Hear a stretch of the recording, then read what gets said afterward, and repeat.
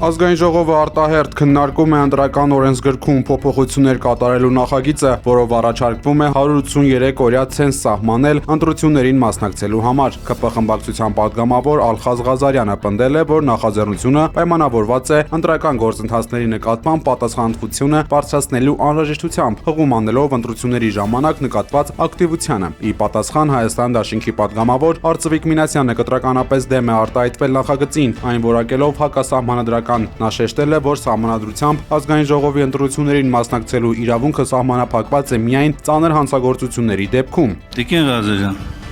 հիմնարար սխալ եք թույլ տալիս, երբ որ ասում եք տեղական ինքնակառավարման մարմնի։ Նախ տեղական ինքնակառավարման մասով սահմանադրությունը նախատեսել է այդպիսի հնարավորություն։ Ազգային ժողովի ընտրությունների համար չկա այդ հնարավորություն նախատեսած։ Չգիտեմ ձեզ ով է այդ իրավական խորհրդատվությունը տվել։ Սա կատարյալ իրավական տեսակետից ներողություն բարձրանում, բայց ճշգրիտ պիտի գնահատեմ։ Անգրագիտություն է։ Այնուհետև եզրափակիչ ելույթի ժամանակ Արծվիկ Մինասյանը ներկայացրել է ազգային անվտանգության տվյալները, որը հանձնել էր սահմանադրական դատարանին, այն մասին, թե քանի հոգի է եկել Հայաստան վերջին ժամանակահատվածում։ 25 թվականին ընդհանուր ասեմ, որ ավելի հեշտ լինի։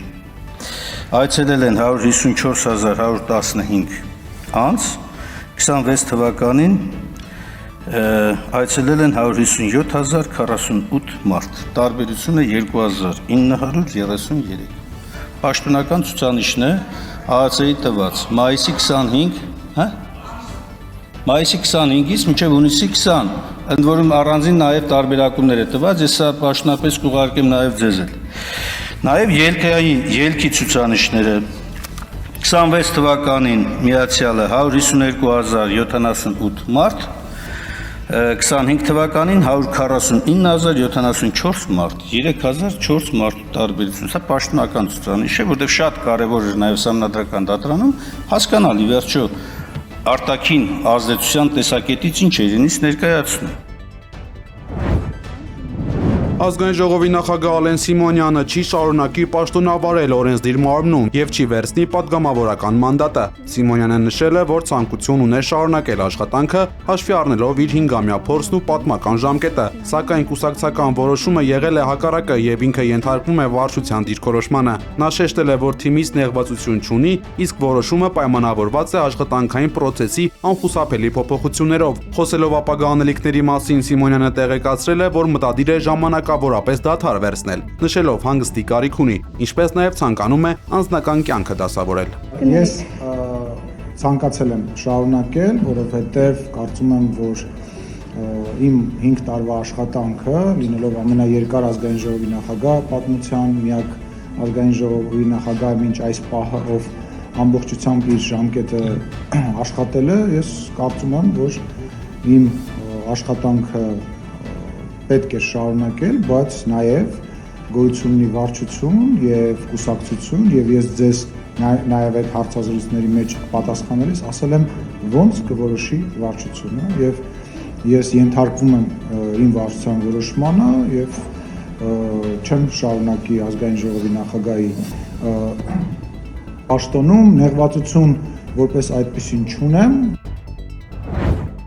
Ձերբակալվել է Արցախի պաշտպանության բանակի զորամասերից մեկի հրամանատարի նախկին տեղակալ մարտական խաչ առաջին աստիճանի շքանշանակիր գնդապետ Էդիկ Մալոյանը։ Իրավապահները խուզարկություն են իրականացրել գնդապետի Թալինում գտնվող տանը, որից հետո նրան ձերբակալել են։ Գնդապետի ձերբակալությունը հանրային մեծ արձագանք է ստացել։ Ուժեղ Հայաստան կուսակցության քաղխորհրդի անդամ Նարեկ Կարապետյանը կատարվածը որակել է խաղաղական հետապնդում հայտարարելով. այսօր նրան ձերբակալել են Ուժեղ Հայաստանում ապրել ցանկանալու համար։ Կարապետյանը հիշեցրել է նաև 2020 թվականի պատերազմից հետո սահմանազատման ընթացքում տեղի ունեցած միջադեպը, երբ ադրբեջանցի հրամանատարը անհարգալից էր վարվել հայ զինվորի նկատմամբ։ Էդիկ Մալոյանը բոլորի ներկայությամբ ծեծել էր ադրբեջանցի հրամանատարին։ Այդ արարքի համար Մալոյանը հայ հրամանատարության կողմից հեռացվել էր բանակից։ Նարեկ Կարապետյանը զորակցություն է հայտնել մարտական անցյալ ունեցող սպային։ Անլուրջ ու անհիմ Տիգրան Արձաքանցյանն արձագանքել է կնոջ Նատալիա Ռոտենբերգի ոստիկանություն ներկայացրած հաղորդմանը եւ հերքել բռնության մասին լուրերը։ Արձաքանցյանը շատ բարի մարդ է ու բռնությունը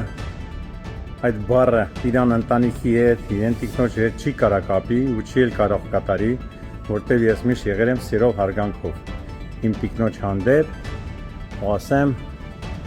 մինչև հիմա։ Արզաքանցյանը նշել է, որ մինչև վերջ պայքարել է, որ իրենք միշտ լինեն երջանիկ, խաղաղ։ Պարզվում է, ես հեռախոսով կարողանում եմ բռնությամբ զբաղվել, նշել է նա։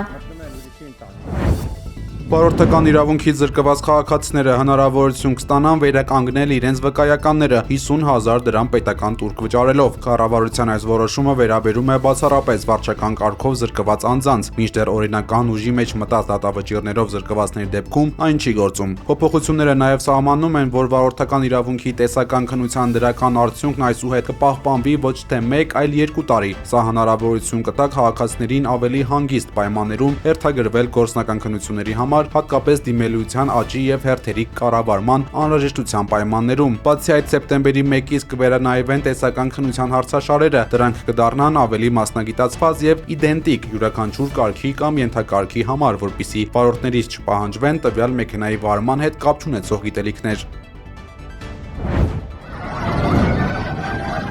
Սիրիայի մայրաքաղաք Դամասկոսի Հիջազ թաղամասում Արդարադատության պալատի հարևանությամբ գտնվող սրճարաններից մեկում ուժգին պայթյուն է որոտացել։ Սանապետական գործակալության հաղորդմամբ միջադեպի հետևանքով զոհվել է 4 մարդ, իսկ 11 քաղաքացի ստացել է տարբեր աստիճանի վնասվածքներ։ Ողբերգության ստույգ պատճառները դեռևս անհայտ են, եւ ուժային կառույցները քննություն են իրականացնում տեղի ունեցածի իրական բնույթը պարզելու համար։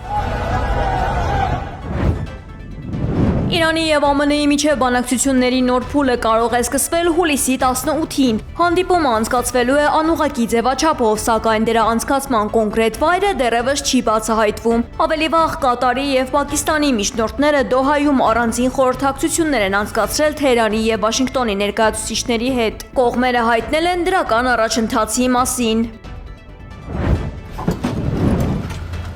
Դաղստանում իրավապահները վնասազերծել են կազմակերպված հանցավոր խումբ, որը զբաղվում էր նավթամթերքի գողությամբ։ Քննության վարկածով հանցագործները նավթը հափշտակում էին անմիջապես նավթային հորատ անցքերից, որից հետո այն ուղարկում էին վերամշակման։ 4 մարդ ձերբակալվել է։